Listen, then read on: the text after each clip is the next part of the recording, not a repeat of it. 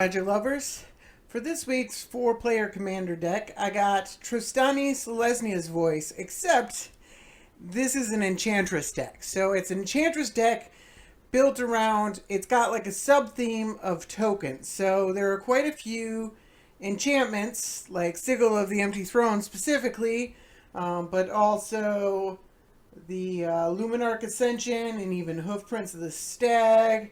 And there's a couple other. Retreat to Emeria is a newer one that create tokens as a result of you doing various things. And you get multiple tokens. So this is a token slash Enchantress deck. So, it's the standard kind of prison archetype. So you want the ghostly prison and the Severus safety and other things that are Snoll's Soul Snare, which will make your opponent think twice about attacking you.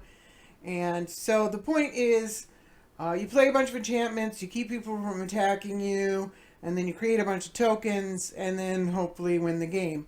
And this deck was originally posted on the Wizards main site. LSV posted a short article. It was this like, here's a commander deck, and this was years ago, so this was before the Theros block. So obviously, like Eidolon of Blossoms is a newer addition. Herald of the Pantheon is another card that I've added, and then the before mentioned Retreat to Emeria, which also pumps your creatures if whenever you play a land.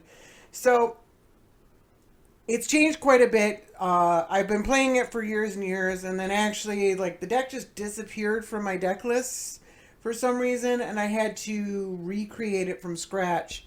And I think this is a pretty close representation, but I might have made changes here and there. But it's a pretty tight deck, so there's not much you can take in or put out. Really, there's, some small differences, but for the most part, it's the same basic deck. So it's an Enchantress deck, and it's a token deck, and it's pretty decent. It's not the best deck in the world. It definitely has some vulnerabilities, but it's a lot of fun to play.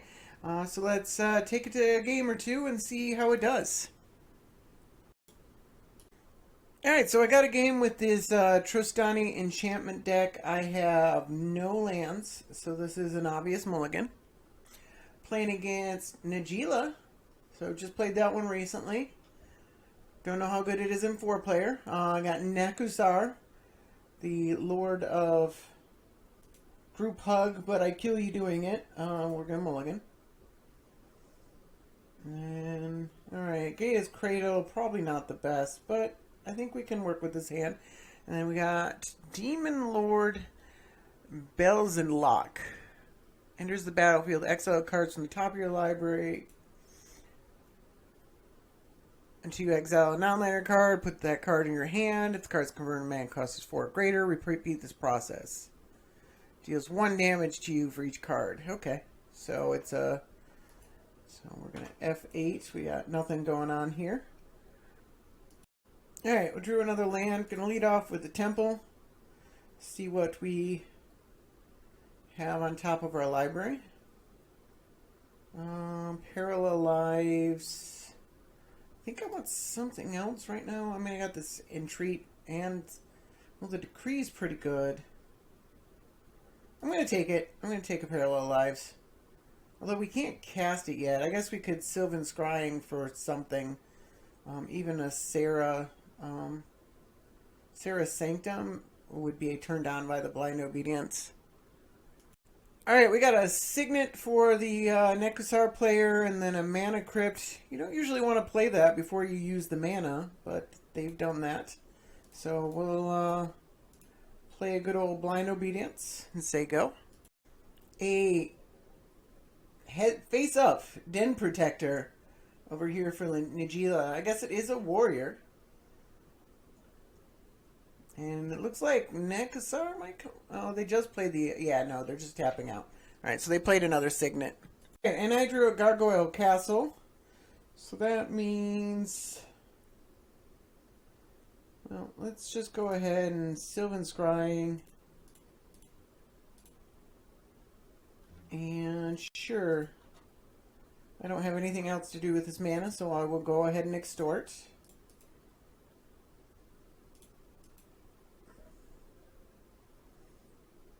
And then we're going to get Sarah's Sanctum. Just because it's good. And I didn't play it this turn because, well, I didn't even realize I get the Blind Obedience trigger. But I don't want to expose it. It's a frequent land destruction target. So I'd like to get a couple mana out of it if possible. So I might not even play it next turn. I might play the Gargoyle Castle instead. Play the Parallel Lives and then save the Sarah Sanctum for when I can get 2 mana out of it. Alright, there's Najeela herself. She is tapped. And Nekusar is getting attacked. And they get a 1/1 white warrior token. And that is attacking me. Apparently you can choose. So it's attacking me. I've gained a couple life. It makes sense. Alright, and Nekusar plays Venser's Journal, which enters tapped. Not that it matters. Alright, and there's the giant dragon. Alright, does it go to... So they get the Mana Vault and they don't repeat the process.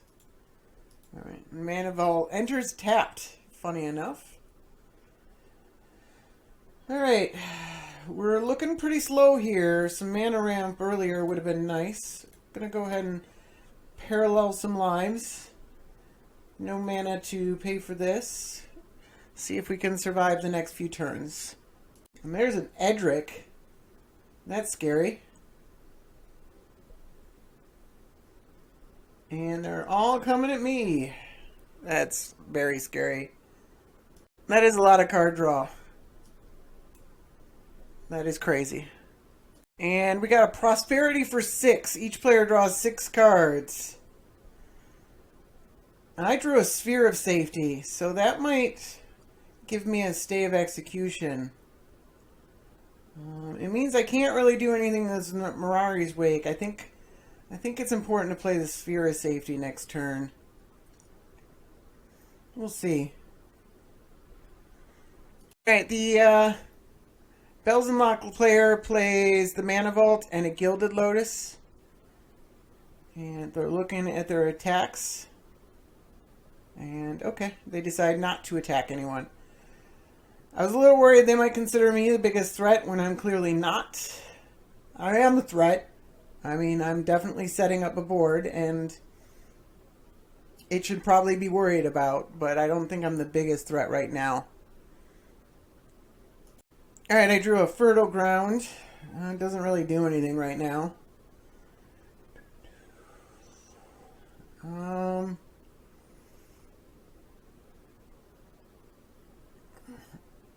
So I can play the Wake and pray, and then my next turn's really, really good.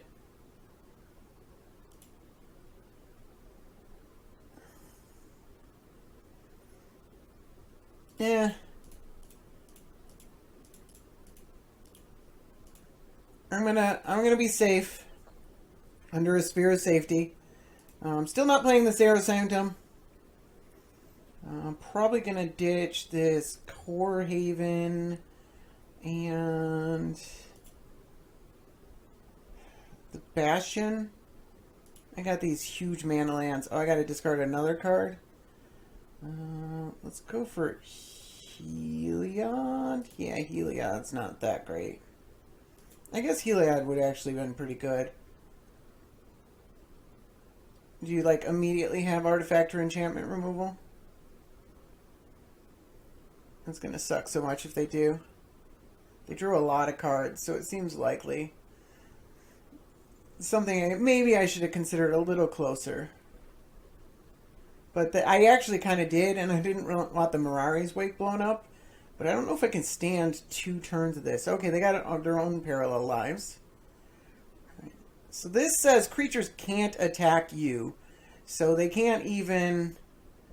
they shouldn't be able to put them tapped and attacking because they can't attack me unless they pay 3 mana right now. Jeez, look at this nuts board. So they're attacking Nekusar. Oh my god, that is their deck. Looks like they auto yes to it. They're going to draw their deck. 31 cards in hand. And no reliquary tower or anything like that. Alright, Nekasar opponent plays Nekasar tapped. That is not an answer to all of these tokens. Alright, we got a dark deal. And so I lost a lot of good stuff. Oh, but I gained a replenish. That's insane. Alright. Well, I guess I'm on the replenish plan. We got an Ever After. Return 2 target creatures, Obnixless, and Razakath. Jeez, okay. This is the one that makes it so you can't search your library. And then Razakath makes it so you search your library whenever an opponent. Okay. So that's fine. And then they got a Nykthos that taps for a ton of mana. And then a Grey Merchant. Wow. Okay. So, everybody's going after my life total, and I have not had time to play Trostani yet. I'm at 18 life.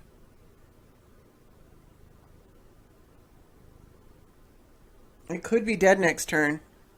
Alright, so there's some damage. Anointed Procession. And a Strip Mine.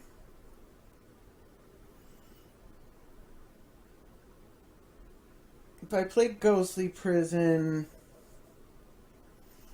I don't know. It's tough here.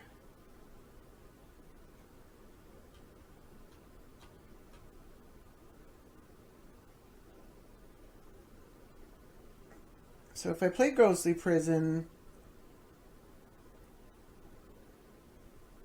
the Nykthos taps for like a bunch of white, but I don't have enough to play Trostani.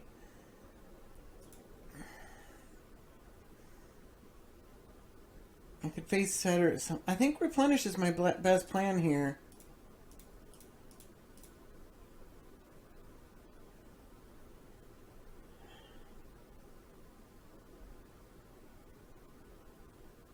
Yeah, let's go for that. And I need this mana.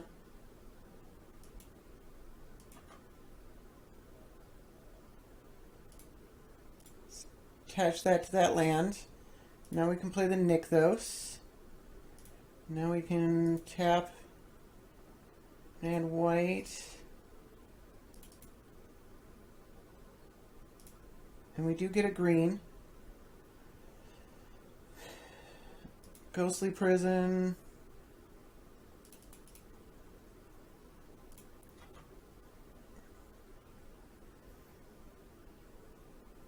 Might as well gain some life back. And I don't know if anything's worth Darksteel mutationing. Maybe this Edric to stop the card draw, or Najila to...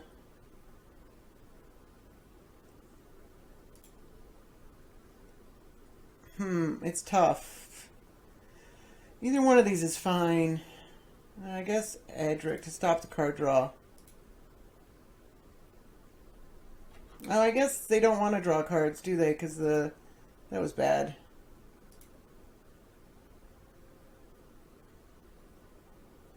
And then might as well play this. No. I should have got the Najila. But I think the Najila forces my opponent to have answers. My other two opponents to have answers to all this. And the Ghostly Prisons protects me from artifact or enchantment removal. At least a single one. If somebody's got destroy all artifacts and enchantments, I'm kind of screwed. Or a Cyclonic Rift. Card's just stupid.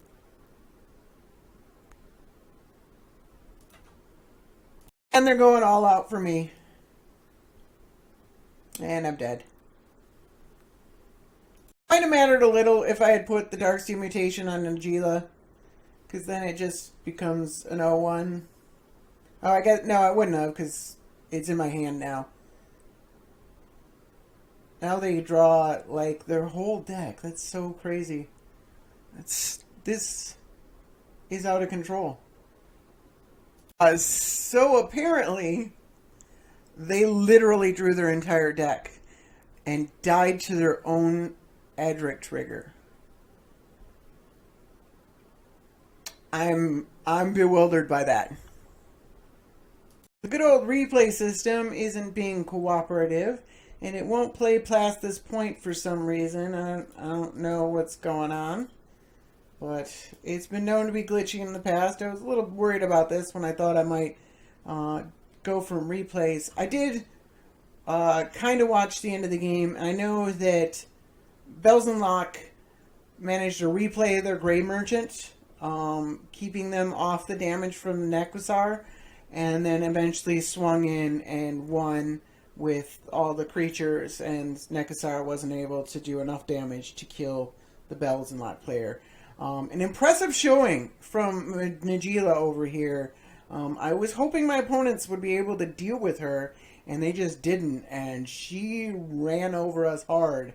If only my opponent hadn't drawn their entire deck plus one card. Apparently they auto-yielded to Edric or something. I don't even know. Never seen anything quite like that. I know I intentionally drew 75 cards with Prime Speaker because I couldn't win. And I thought that would be a fun way to kill myself. But they were winning. And they probably could have won the game. Yeah. So, interesting game. Definitely, I mean, Nagila is crazy. I wouldn't even have imagined.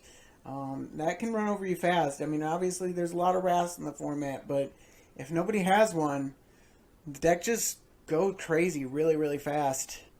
Another game. I am on the play this time.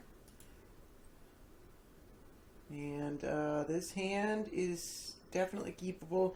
I fixed the mana a little bit. And then, so we'll keep this hand. This hand is fine. We got Multani, Mirror Sorcerer. Power and Toughness equal to the total number of cards in all players' hands. Very big creature. With Shroud, but not unblock, no evasion or anything like Joda. Played against this before fairly recently. And then Berberigmos, the original. Put a +1/+1 counter on each creature you control. Never really noticed that. Alright, so I'm going to wait on the Luminarch Ascension. It is like an invitation for people to attack you. And so I'm not going to play it on turn 2. I'm going to play one of the Enchantresses on turn 3. And then I can draw cards with my enchantments. And maybe then I'll play Luminarch, or hopefully I'll draw something else before then. And I'm going to wait on the Luminarch Ascension until a little bit later in the game. Alright, I drew a Ground Seal. I think I'm going to wait on that one too. I think I'm just going to... These people aren't getting their F8 value. Teach their own, I suppose. I'm just going to get a Temple Garden tapped. Tap this one. And say go. Alright, we got a Fadia Seer. Draw a card and reveal it. If it isn't a land card, discard it over here. And then we got a Sylvan Library. Very, very good card over there. Alright, it doesn't matter a whole lot which one I play first, but I do have more plains in my deck than forests. So, on the off, if this thing gets killed, and then I have to play this next turn, I have more outs to drawing another plains versus drawing another forest, so that I could also play like the Wild Growth or something like that. We'll see what happens. Alright, so the Multani player tapped the Seer and revealed a forest and then played said forest.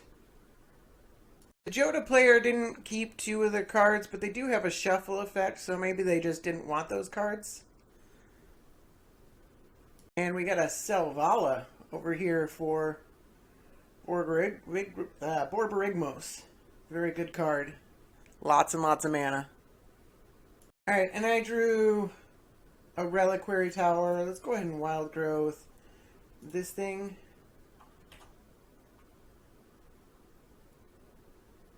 And then probably just Ground Seal, depending on what I draw. Could potentially a Luminarch Ascension, but I might want to wait until after I get the Sigil. And then use that.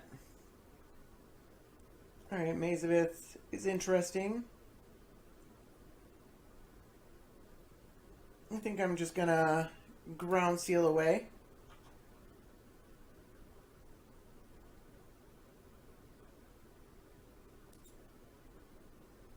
Alright, Mana Reflect. Wow, that one's really good. And then I draw another card. That is a Plains. I can Luminarch Ascension. Pretty much guarantees I get attacked by... Oh, I guess it doesn't, does it? Well, it's risky. I'm going for it.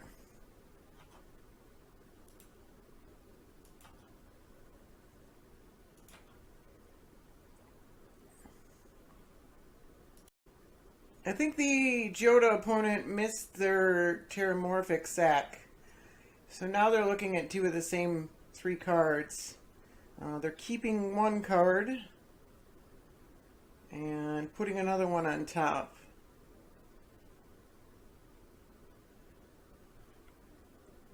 Alright, and then they played a Simic Growth Chamber, and then now they have sacked their Terramorphic Expanse. And then, yes, I would like a count. So I'm up to 2 counters now. This player didn't actually do anything on their turn. They played a land. I got a Garruk Wildspeaker for the Borborygmos player. Player definitely becoming a threat. They untap lands, then activate Selvala. They could have like another 3 mana. It's not too bad. Growing Rights. Alright. That lets them look for something, but it's going to be a few turns before that activates. And then they use that for mana, which I suspected, so my Luminarch Ascension adds another counter. So I might want to keep that open. Alright, so I don't know. I don't have 2 basic lands, so the Canopy Vista enters tapped, so I guess we'll play the Marsh Flats. And then I could Sigil, but then I don't have enough mana to make any... Maybe I could have played the Maze of Ith. Or I could just, like, get something with a tutor and cast it and say go. Or, yeah, or maybe not cast it. I don't know.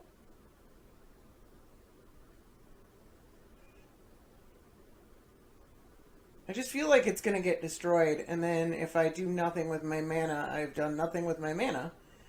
Whereas Sigil puts down another threat that must be answered. Although we're walking like, I guess we're nowhere near Austere Command. Could possibly have Return to Dust.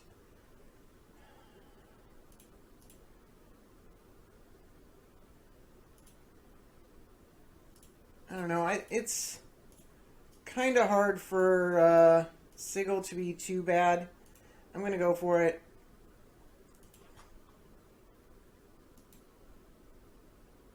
And we hit Seal of Cleansing. So that's pretty good. Not great. I'm a little worried about that Garruk.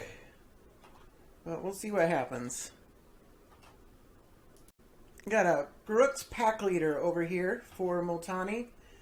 So I will be getting a 4th counter. So if I'd left mana open, even if somebody had removal, I would have been able to create a... oh, they get a card for the Selvala. That's pretty awesome. This is a... what is it? A 4/4? Okay. And this is a have to be the greatest. So my 4/4s won't draw me any cards. Joda player kept 1 card again. I think they could probably afford to be a little bit more aggressive. Although, these angels might start to be pretty threatening. Not a fan of these Rupture Spire cards. I know they're a budget and they tap for any color of mana. There's like 3 different printings with different names. They're so slow, even for 4-player commander. Like, not being able to tap it, you lose 2 mana that turn. They're so slow. Alright, that's not good. We got an Aura Shard, so probably have to go get a protection spell with my tutor. Well, I guess that doesn't even do it, does it? Yeah, Wheel of Fortune. Alright. Oh, yeah, I could have just used my Seal of Cleansing, but I'm losing my Seal of Cleansing now. Alright, they're making a Beast token. Man, my hand was so good. I don't know what Not sure how my turn's gonna go next turn. That Aura Shards. And losing my Seal of Cleansing. Not great. And we got a Green Sun Zenith for 2. Which gets a Sakura Tribe Elder. Which doesn't draw a card.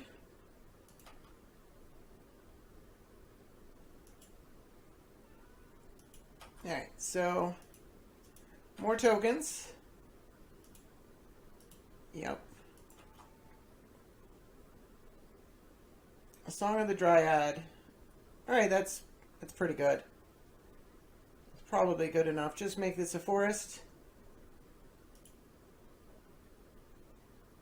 And get an angel. And then keep up 4 mana.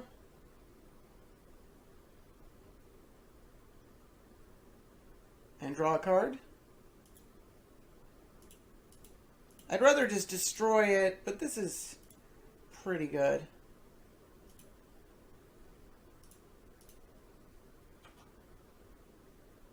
Do I want to play any of these other things? This makes 2 mana of any... Alright. Seal of Primordium. Alright, I guess that makes an angel. I obviously would have played that first if I got it, but in case they have a removal spell. In response to a creature coming down, I can use this ability. And I'm drawing a card. Ooh, Collective Blessing. That's outstanding. Alright, and we'll just say go. I don't know, is like the Heart Expedition, is that better than, I mean, because we draw a card and make an angel? This makes an angel an instant speed. Yeah, we'll just say go. No reason to play a bunch of stuff out. Multani opponent is sacrificing a Blighted Woodland. And they decided to leave the game. And there's Joda. 4-3. I think I might be making it a 0-1. I'm a little Phage, huh? It that betrays. Yeah, this... There's definitely a call for destroying this thing, making it a 0-1. Alright, got a Soul of the Harvest. Good card. Lets them tap this for a lot of mana.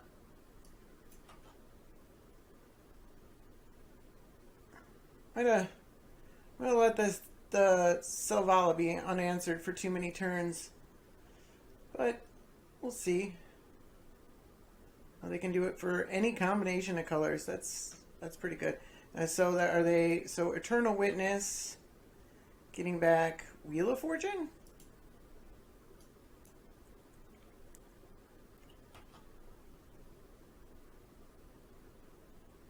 Did they get anything back? I didn't see what they got back. No legal targets. Oh, ground seal makes everything untargetable. Faithless looting. Okay. I forgot about this ground seal. And then untap 2 lands. Opponents at 4 cards. And then faithlessly looting again. Do I kill the growing rights? It's big. But I really can't have this aura shard sticking around. Can I kill this opponent? Because I can do only 18 damage this turn.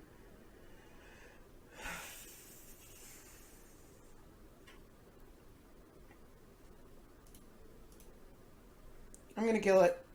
I don't know if it's right.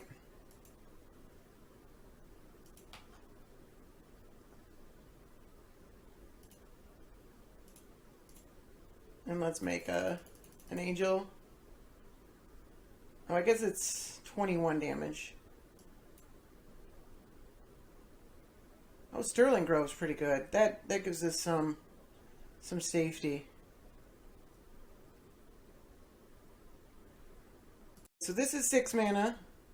I have 1, 2, 3, 4, 5, 6, 7, 8 mana. So I can't Collective Blessing, Darksteel Mutation. I guess I don't need the Darksteel Mutation. Let's Sterling Grove draw a card.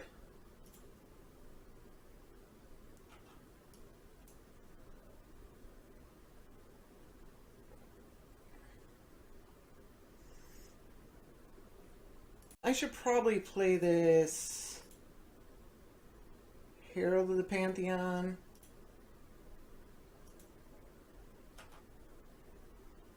And then let's Darksteel Mutation this thing.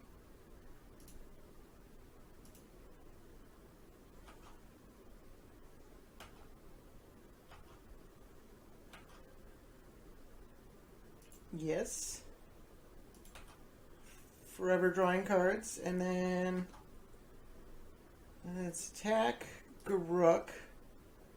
Let's attack...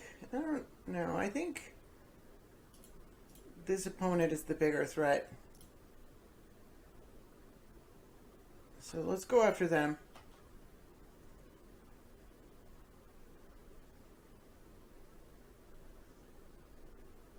This Primeval Bounty is really awesome.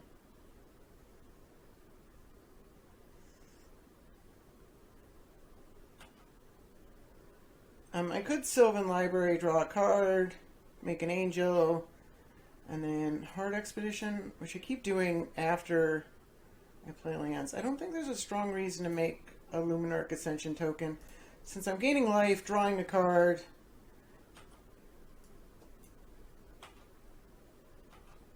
and for every so let's play the Expedition.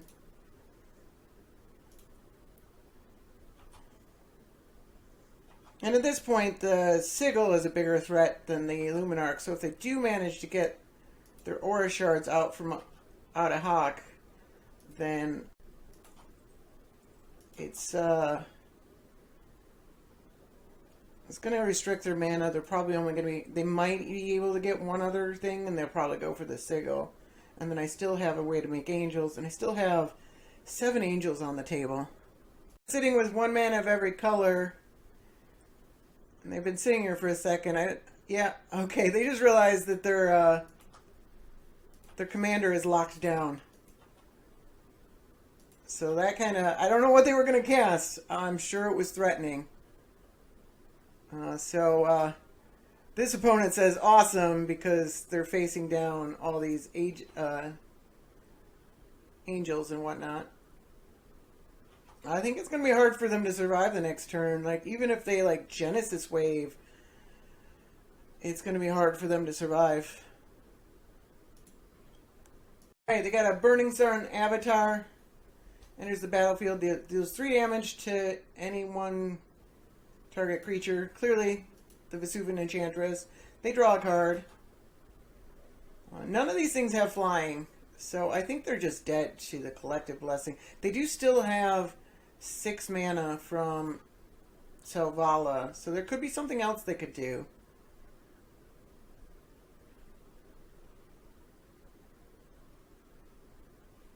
It packed it in. So impressive showing. Like nobody can answer this. And next turn, I was gonna go completely haywire.